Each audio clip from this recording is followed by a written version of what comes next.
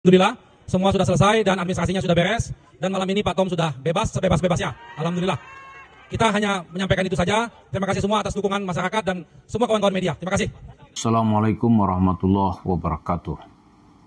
Para pemirsa, semakin kita kaji ajaran Islam, semakin nampak bagaimana keluasan dan hikmah yang diberikan oleh Allah melalui Rasulnya Nabi Muhammad SAW yang tertulis di dalam Al-Quran maupun melalui ucapan-ucapan beliau yang kita kenal dengan hadis dan perilaku para sahabatnya.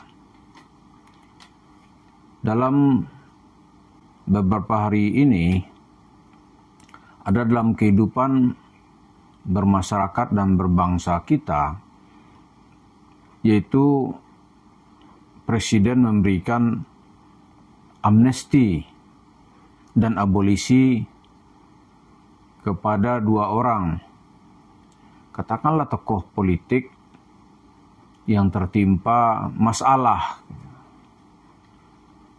Sebenarnya dalam Undang-Undang Dasar 1945 ada hak lain dari atau wewenang lain dari presiden yang juga disebutkan oleh undang-undang, yaitu presiden memberikan grasi, dia berwenang memberikan amnesti, abolisi, dan rehabilitasi.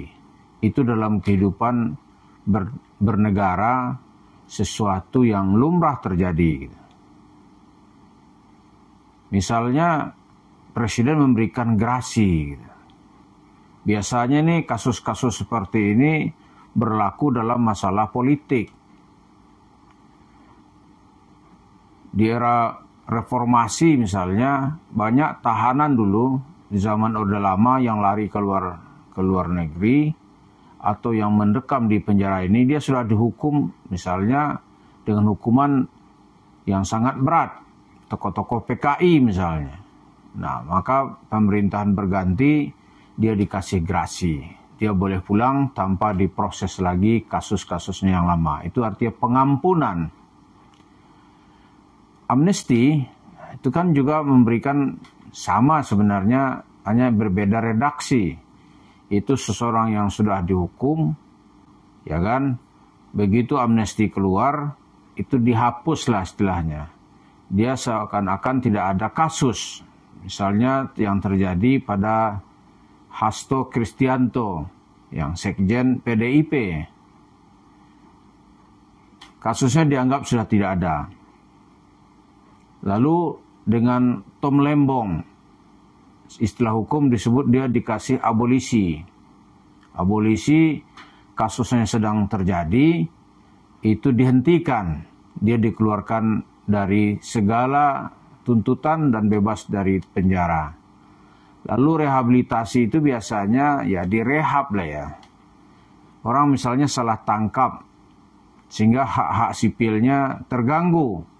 Maka pemerintah biasanya mengembalikan nama baiknya. Dalam Islam kalau kita lihat, ya hal-hal seperti itu juga lumrah terjadi gitu. Misalnya dalam kehidupan Nabi Muhammad, ketika dia menaklukkan Mekah, itu kan semua orang Mekah yang saat itu tuh disebut dengan antumut tulaka, gitu. At-tulaka itu orang-orang yang dibebaskan dari segala tuntutan hukum. Bahkan begitu Nabi masuk ke kota Mekah itu dia memberikan 1 dari 3 keselamatan. Dia yang tetap di rumahnya aman, masuk ke Masjidil Haram aman, berada di rumah Abu Sufyan aman. Ya, dia tidak terjadi pertumpahan darah gitu. Ya kan? Jadi hal-hal seperti itu lumrah terjadi. Tapi umumnya itu terjadi demi kepentingan nasional, demi kepentingan bangsa gitu. Misalnya pemerintah menginginkan, oh ini biar terjadi kerukunan nasional, dia memberikan langkah konstitusi gitu. Lalu demi persaudaraan, gitu, stabilitas politik, maka diberikanlah hak-hak yang diberikan peluang oleh undang-undang. Kalau kita kembali lagi ke dalam Islam penguasa itu memang dikasih hak sebagai wakil Tuhan. Bahkan untuk menghilangkan nyawa orang pun penguasa dikasih hak oleh Tuhan. Bunyi ayatnya, wala taqtulun nafsal lati haramallahu illa bilhaq. Jangan kamu membunuh jiwa. Jangan kamu cabut hak hidup orang lain yang diharamkan oleh Allah illa bilhaq. Kecuali dengan cara-cara yang benar. Cara-cara yang benar itu ya misalnya melalui proses pengadilan diputuskan oleh hukum.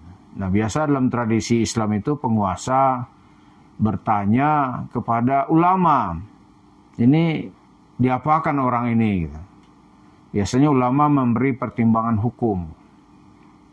Misalnya di Saudi tahun 1980 itu ada peristiwa Masjidil Haram. Ya kan, peristiwa Masjidil Haram itu tokoh utamanya bernama Juhaiman. Begitu tertangkap, maka Menteri Dalam Negeri sana itu meminta fatwa ulama, Kibarul Ulama Al-Haramain, dan Mufti sana itu memberi jawaban. Kalau yang mulia melihat kemaslahatannya ada untuk dimaafkan, itu hak yang mulia. Tapi kalau mau dihukum sesuai dengan kejahatan yang dia lakukan, itu sesuai dengan firman Allah. Maka penguasa kemudian memutuskan orang ini harus dihukum mati. Selesai sudah. Nah lalu apa kasus ini bisa nggak berlaku? Misalnya ada tokoh agama gitu, ulama misalnya kan, itu masyarakat boleh memberi amnesti nggak? Atau amnesti itu ada hak masyarakat nggak? Katakanlah dalam kasus Yusuf Mansur gitu ya. Kan banyak orang sekarang ini ribut nih, kok kasus Mansur ini diulas terus. Gitu misalnya kan. Kok diulas terus? Udahlah, dia telah leluasa gitu. Apa yang dia dapat itu biarin aja lah. Yang pertama mau kita lihat, memang dalam kasus amnesti, memberikan gerasi, memberikan abolisi, bahkan rehabilitasi itu hak presiden. Ya, dalam konstitusi di negara kita yang dijamin oleh Undang-Undang Dasar 1945. Dan biasanya orang akan tenang kalau itu diberikan kepada kasus-kasus politik gitu. Tapi kalau kasus korupsi, mulai orang ribut. Lalu kalau kasus maling, rampok, nipu, itu biasanya nggak dikasih. Pembunuhan misalnya, dia bunuh orang tuh boleh dikasih gerasi nggak? Biasanya pertimbangan penguasa itu amat panjang dan meminta masukan dari berbagai pihak. Narkoba misalnya, orang kena narkoba itu seperti di zaman Pak SBY, dia harusnya dihukum mati gitu. Tapi rupanya ada pertimbangan yang lebih jauh, maka presiden memberikan gerasi kalau nggak salah namanya saat itu, maka dia dibebaskan gitu. Nah kalau dalam kondisi masyarakat itu bukan hak masyarakat. Masyarakat tidak boleh, dia harus dikasih gerasi atau dikasih amnesti gitu. Itu bukan hak masyarakat. Masyarakat hanya boleh mengusulkan. Bahkan dalam konstitusi negara kita, suatu gerasi dari presiden itu tidak boleh serta-merta. Dia harus meminta pertimbangan Mahkamah Agung. Kalau Mahkamah Agung mengatakan secara hukum tidak bermasalah atau mengandung maslahat yang lebih banyak, maka dia boleh dilakukan. Nah Yusuf Mansur itu perlu dihentikan nggak kasusnya? Kalau kita lihat tuh tidak ada kepentingannya untuk dihentikan. Kenapa? Karena dia terus-menerus melakukan upaya kejahatan untuk menambah aset-aset dan investasinya. Maka warung stick and shake-nya itu terus bertambah. Terus apanya mau dihentikan kalau sesama masyarakat? Maka masyarakat harus terus-menerus meningkatkan, dalam tanda kutip, tekanannya supaya orang ini berhenti.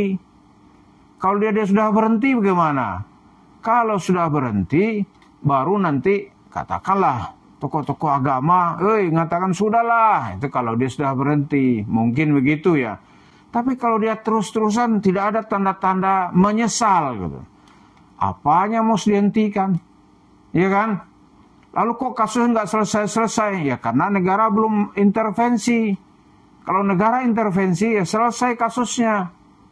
Nah sekarang dalam kasus Yusuf Mansur ya dia akan terus-terusan meraup duit masyarakat, mencari peluang bagaimana mendapatkan dana, lalu kabur. Dia bangun warung stick and shake-nya.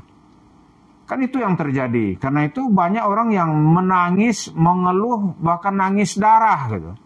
Untuk meminta investasinya agar dikembalikan.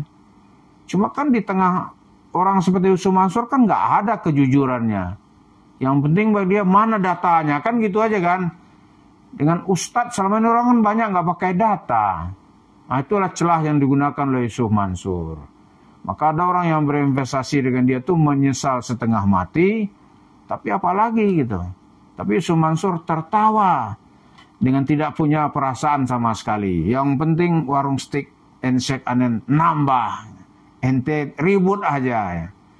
Jadi itulah kasus-kasus sosial ini kita banding-bandingkan supaya ilmu kita bertambah dan posisi beragama kita makin jelas. Terima kasih. Assalamualaikum warahmatullahi wabarakatuh.